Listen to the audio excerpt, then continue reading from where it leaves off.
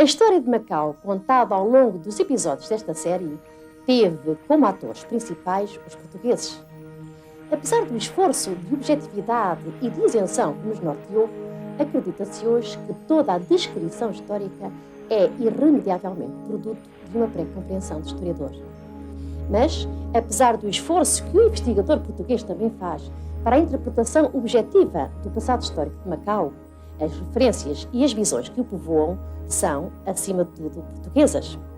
O desafio que gostaríamos de aqui deixar é o da edificação de uma história comum, fruto do encontro de análises entre estudiosos chineses e portugueses. Essa nova história deverá ser uma história intercultural, uma interhistória, intercâmbio de fontes, convergência de olhares e de interpretações.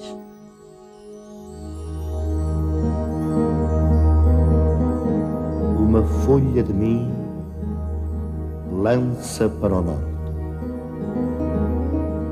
Outra folha de mim lança para o sul.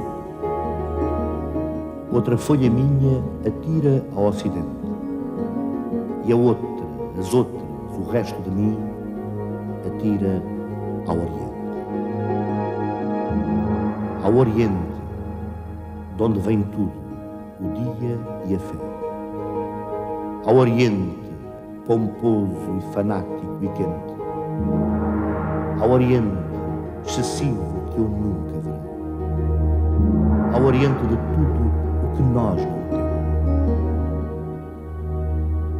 De tudo o que nós não somos.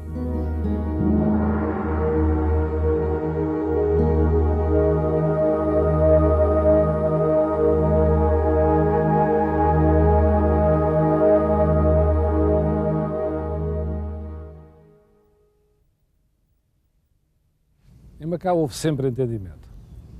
Entendimento entre duas culturas e dois povos que se souberam entender e respeitar. Entendimento que tem um traço de união profundo, que é a comunidade macaense, ela própria resultado da mistura dessas culturas. E Macau sabe bem que a mistura de culturas é um progresso no desenvolvimento e é um fator competitivo para as sociedades que a possuem. Macau sempre soube que o isolamento não permite sustentar a modernização.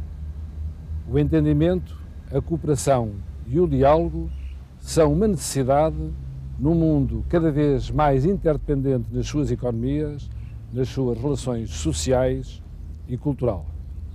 Macau soube, muito antes de outros povos e de outras culturas, que o entendimento, o diálogo e a cooperação são fatores importantes e um valor inestimável para a paz, para o progresso, para o bem-estar e para o desenvolvimento. Macau foi sempre uma plataforma de cooperação entre Portugal e a China, entre a Ásia e a Europa. E ao querer afirmar a sua autonomia no campo administrativo e no campo económico, Macau não faz senão consolidar essa sua vocação de ser uma plataforma de cooperação entre europeus e asiáticos. Estou certo que será sempre assim no futuro, porque esta base está fundamentada na história. Macau foi sempre a porta do entendimento, não com exércitos, como julgavam os chineses a princípio, não é? Não com exércitos. Portugal, o Mao Tse-tung, que conhecia melhor a história do que muitos dos atuais políticos chineses, disse: nós entendemos bem com os portugueses, porque Portugal nunca fez guerra à China, nunca. Foi sempre por meio da ciência, por meio da fé, que Portugal penetrou na China. Ao passo que os ingleses entraram cá com canhões. Portugal entrou com a fé e com a ciência. Os ingleses entraram com canhões. Os ingleses vieram e o que é que fizeram? Venderam ópio aos chineses para matar os corpos. E venderam bíblias para salvar as almas. Nós nunca usámos esse processo e foi sempre um bom entendimento. o Colégio de São Paulo exerceu uma função importantíssima nesta missão do entendimento, porque sem a inteligência da língua nada se pode fazer. A língua é uma barreira que impede a comunicação. E os jesuítas, então, estabeleceram em São Paulo uma escola, ou várias escolas.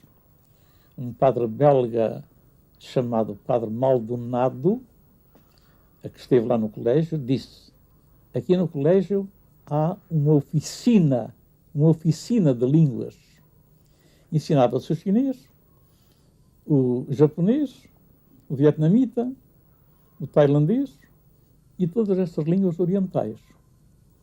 E então os jesuítas, só depois de aprenderem a língua, é que eles iam para estas várias regiões do Oriente. É que essa oficina de línguas era a porta do entendimento.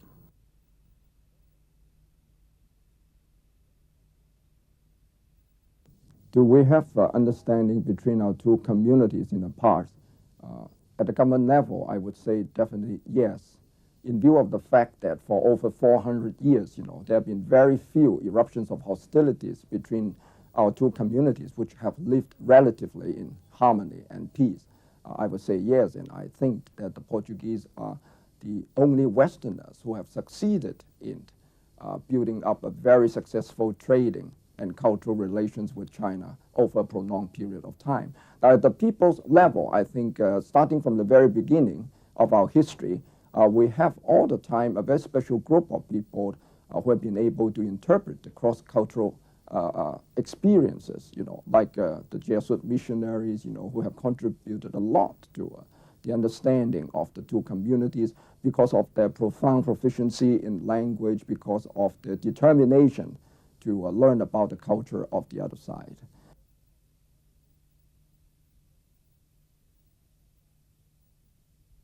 Văn化呢係人類共同創造嘅，所以文化嘅東西呢，全世界人民所有人類都會去分享同埋呢個而且呢有好多共同嘅地方。因此呢就為呢個葡萄牙人400幾年前嚟到呢個地方，同我哋中國人佢租居呢個澳門之後呢，互相交流、互相交融，共同提高，打下一個基礎。咁照我研究澳門歷史嚟睇呢，呢個兩中國嘅人同埋呢葡萄牙人喺度呢，都會產生一種互相交流嘅文化。特別後尾呢產生咗土塞，即係中國人同埋呢個葡萄牙人結婚之後呢，嗰種文化交融係更加好啲。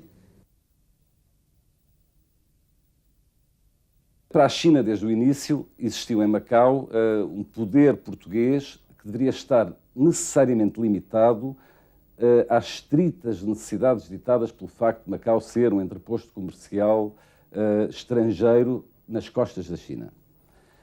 Do ponto de vista português, as coisas não se puseram exatamente da mesma maneira. De algum modo, Portugal sempre sofreu a tentação de ir mais além, ir um pouco mais além, e de certa maneira atingiu nos séculos XVIII e XIX um pouco a tentativa de fazer uma assimilação entre o Estatuto de Macau e aquilo que era o Estatuto das outras possessões coloniais portuguesas.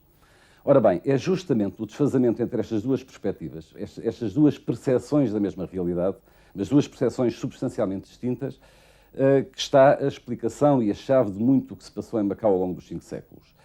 É aqui que, do meu ponto de vista, se situam, e é este tipo de percepção, ou esta coexistência de percepções que permite explicar a existência de crises cíclicas, nomeadamente situações de choques e de conflitos, que de certa maneira marcaram de forma cíclica, regular, a história de Macau.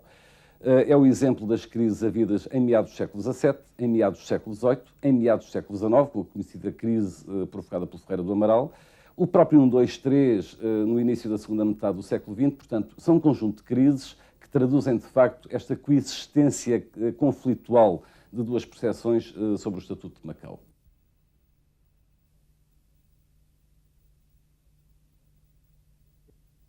À, 中葡兩國嘅人民中葡亦都喺澳門相處咗幾百年。咁呢幾百年嚟儘管有陣時會有衝突，亦有矛盾，因為有不同嘅文化背景咧、民族背景咧。但係總嘅嚟講，我覺得幾百年間仲係能夠和平相處嘅。呢個特別最特色就係呢幾百年間，葡萄牙人嚟到澳門一直冇打過仗，即使抗戰時期啊，周圍已經淪陷啦，但澳門仲係一個中立和平嘅地方。呢幾百年嚟啊，呢個交往咧，如果形象啲講，就好似一個鹹淡水咁嘅情況。我將佢比喻為叫鹹淡水文化。我哋而家坐船啊，去外出嘅時候，睇到海上，睇到鹹淡水呢個交界喺澳門係一個好特別嘅自然嘅景色。咁同樣咧，中葡文化喺澳門東西文化喺澳門就好似鹹淡水一樣，既有互相衝突地方，但係總體就係融合為主嘅，而且構成一個比較獨特嘅一種文化特色。呢個咧係澳門呢個比較獨特嘅地方。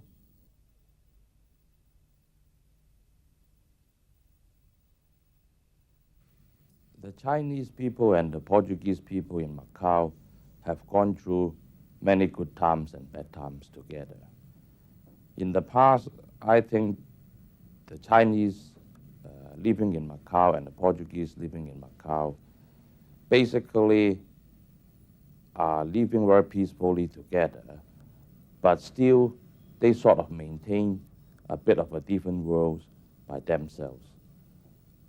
In the present, the situation is much better because the society is more integrated and also in terms of communication is much better.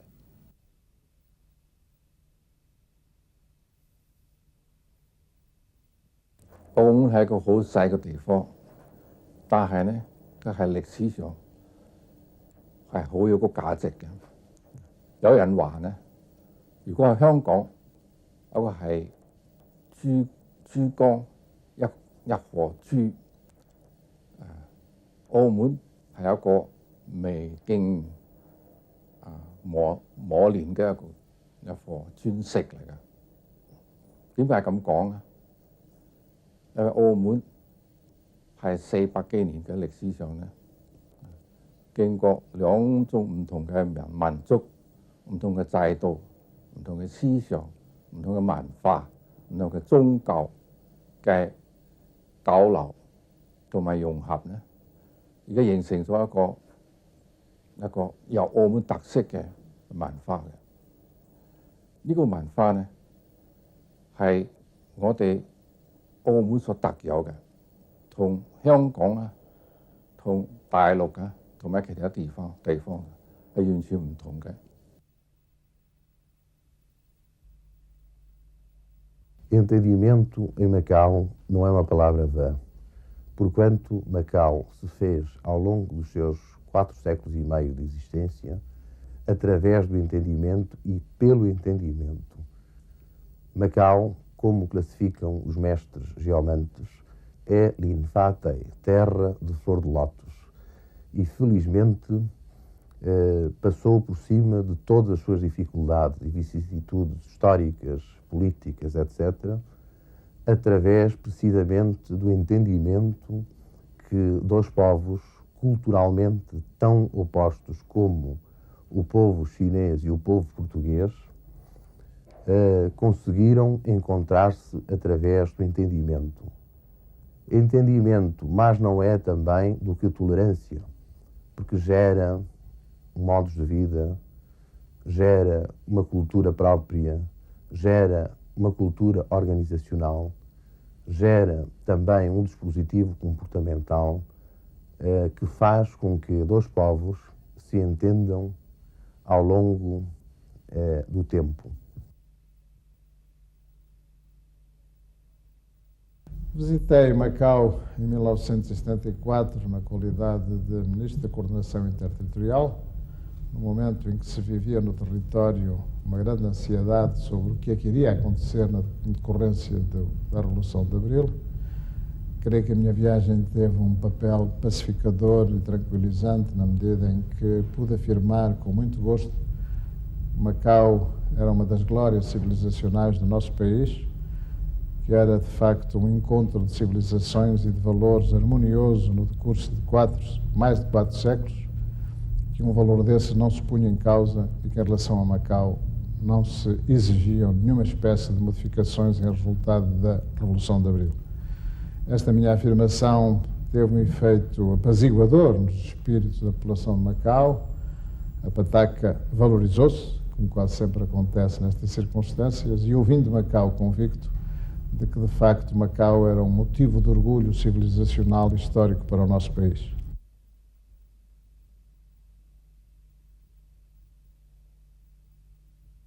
我喺呢處咧係可以講得係老居民。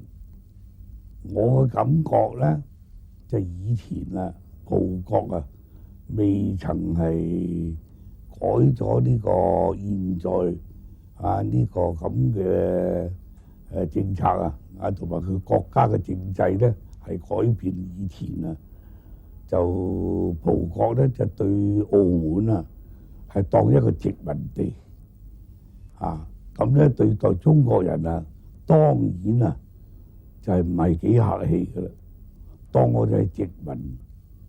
咁啊，隨後啊喺425就改變咗之後咧，咁咧就對整個咧就澳門啊都有改變咗形勢。嗱，我提出嘅第一嘅澳門咧以前啊就係稱省嘅而且咧可以講得咧，佢係稱殖民地，佢葡文都咁講嘅咁啊，但係現在咧就唔同啦。中葡啊，大家相處咧都比較親近啲，就而且我哋中國同葡國啊嘅友好關係咧日有進步。 Logo a seguir ao 25 de Abril, eu encontrei, era então Ministro dos Negócios Estrangeiros, como se sabe, o Ministro dos Negócios Estrangeiros da China. E na primeira conversação que tivemos, eu procurava restabelecer relações diplomáticas com todos os países do mundo e, portanto, também com a China. Abordou-se o tema, naturalmente, de Macau. E o Ministro dos Estrangeiros da China disse-me, de uma maneira muito clara, que os chineses não consideravam Macau como uma colónia, portanto, nada de descolonização em relação a Macau. Eu disse isso às autoridades portuguesas, isso foi pacífico, e assim se procedeu a partir daí. Realmente, os chineses demoraram, por razões internas deles, a restabelecer as relações diplomáticas com Portugal, não obstante os meus esforços no sentido de o conseguir. As relações diplomáticas só vieram a abrir-se realmente e a normalizar-se no governo do professor Mota Pinto, quando era primeiro-ministro do professor Mota Pinto. Eu, no meu primeiro governo, no meu primeiro e segundo governo, já tinha feito um grande forcing no sentido do restabelecimento dessas relações, mas só se concretizaram no governo do professor Mota Pinto, sendo o embaixador em Paris o Dr. Coimbra Martins, e foi através de Paris, do nosso embaixador e do embaixador chinês em Paris, que se negociou todo o processo da abertura e do relacionamento entre Portugal e a China. Penso que Macau é, pela parte que nos toca, muito mais obra dos portugueses do que obra do Estado português. Pela parte que nos toca, é sobretudo obra dos portugueses de Macau e dos portugueses de Portugal que em Macau se radicaram e daqueles que, passando por Macau, descobriram Macau, se ligaram a Macau, enriqueceram Macau com a sua inteligência e o seu caráter. Gente de todos os estratos sociais, mas sobretudo gente humilde. Relação espontânea, conhecimento recíproco espontâneo, entendimento de interesses, teia e enredo de vidas, compromisso, chinês e português, de quem fez de Macau a sua terra, de quem, chineses e portugueses designadamente, não podia perdê-la, de quem, por isso, não pode perdê-la. Macau das amizades admiráveis, das afinidades descobertas noutro planeta. Macau dos amores. Amor que não cabe numa vida. O conhecimento do outro promove o enriquecimento de nós. Nas relações entre as culturas é afinal como na vida. Dar é receber. E Macau deu-se a quem se entregou. Deu muito. Deu tudo em troca. Macau assistiu à mudança da dinastia, à emergência do regime republicano, à instauração do comunismo, aos conflitos que misteriosamente pararam às suas portas. Macau resistiu a tudo, até hoje. prosseguindo um caminho que os abutres ou pardais do desentendimento nunca conseguiram bloquear. Um caminho em que se afirma em obra, em valores e em exemplo, em entendimento, raiz do futuro, o melhor de portugueses e chineses designadamente, o melhor das gentes de Macau.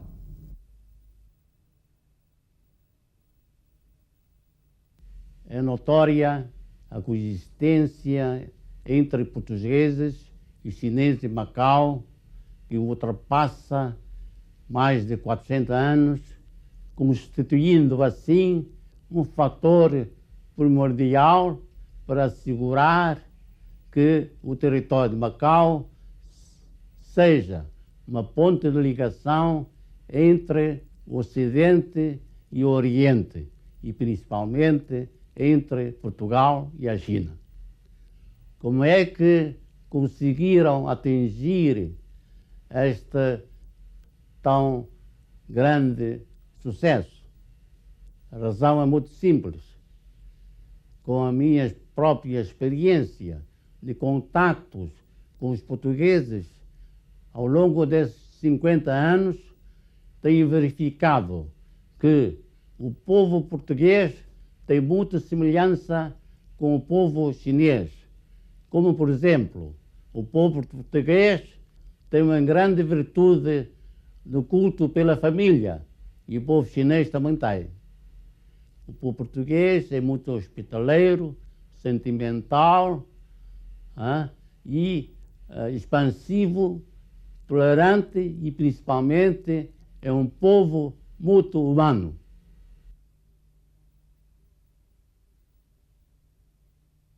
Acho que, basicamente, os chineses e os portugueses conseguem conviver pacificamente ao longo da história, o que deve ao facto de que os chineses e os portugueses são duas nações com um temperamento suave e tolerante, que os permite encarar os seus problemas com uma atitude não violenta.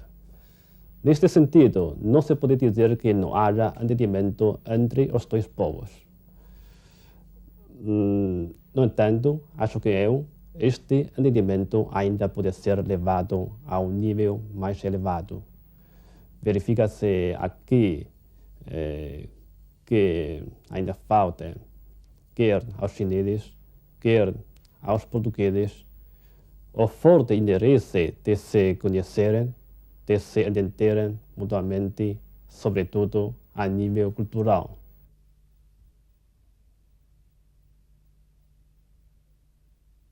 Quando se fala destas coisas de entendimento entre as duas comunidades, a portuguesa e a chinesa, talvez convenha fazer um discurso um pouco mais distanciado, que passe para além da retórica oficial. De facto, não tem havido nunca, e hoje talvez menos que antes, porque antes havia uma vida comum mais longa entre as duas comunidades, não tem havido nunca grande entendimento entre elas, porque não tem havido grande conhecimento. Hoje é chocante o facto da maior parte dos portugueses que vivem em Macau nunca ter lido uma obra nem clássica nem moderna sobre a China. É mais fácil encontrar programas sobre a China na CNN ou até mesmo na televisão portuguesa do que na televisão de Macau. O mesmo deve passar-se no canal chinês da televisão da TDM, que provavelmente não passa muitos programas sobre Portugal. A administração portuguesa nunca fez esforços no sentido dos funcionários portugueses saberem chinês ou dos funcionários chineses saberem português, de modo que o que existe basicamente é um grande desconhecimento, e um grande desconhecimento nunca pode gerar entendimento, quando o mundo pode gerar mal-entendidos simpáticos, em parte é o que se passa agora, há mal-entendidos simpáticos. É possível que o futuro nos vá tirar algumas ilusões acerca da produtividade destes mal-entendidos. Provavelmente vamos chegar à conclusão, de uma forma mais ou menos simpática ou mais ou menos trágica, que este entendimento não era mais do que uma figura de retórica, era o entendimento que é possível em conhecimentos superficiais. Poder-se dizer que o legado histórico que hoje existe em Macau e que, creio vivamente, irá subsistir por mais 50 anos para além do termo da administração portuguesa, reflete de alguma maneira uma experiência peculiar na história das relações do Ocidente com o Oriente e, evidentemente, uma expressão com um grau de originalidade que não tem, provavelmente, réplica em qualquer outro local do globo. 我哋而家咧係過渡期咧，需要保留呢個文化特色。O entendimento entre as duas nações é, enfim, o entendimento entre as duas culturas diferentes. 到下一個世紀，呢、個東西文化中葡嘅關係，澳門係會進入一個新嘅時期，有新嘅變化。Espero que a evolução seja uma evolução feita na ordem, na paz e no bem-estar social da população do território, de maneira a que Macau continue no futuro como símbolo, realmente grande símbolo do que é do que pode ser o entendimento entre culturas e civilizações distintas. I think we can still have to maintain Macau as a very important link not only between China and the European community, but also to the Latin-speaking communities all over the world. Macau é eloquentemente exemplo e uma lição ao mundo de tolerância e de abraço fraterno entre dois povos. 中葡雙方啊都好努力，為到澳門將來嘅發展，為到澳門啊係彼此咧，就喺呢處咧即係對澳門個居民咧，還係要好親近。We share the same culture in Macau. Therefore, I believe the two people in the future can only be one for Macau. Macau é realmente uma preciosa pérola do Oriente e vai ter uma missão muito mais nobre e muito mais importante em benefício da humanidade. Vamos sair de Macau ao fim de uma experiência multissecular de paz e de convívio harmonioso com a grande nação chinesa. 咁將來呢？呢個我哋中國收歸呢個澳門之後，97以後呢，我相信呢個兩國嘅文化中西文化叫做都更加互相呢，這個更加可以吸收同提高，互相促進。Alguns portugueses, ou muitos portugueses, estão com receio do que é que virá depois de 1999. E eu, constantemente, estou a dizer, podem estar tranquilos em Macau, em paz, que depois de 99 há de continuar a mesma paz que temos tido.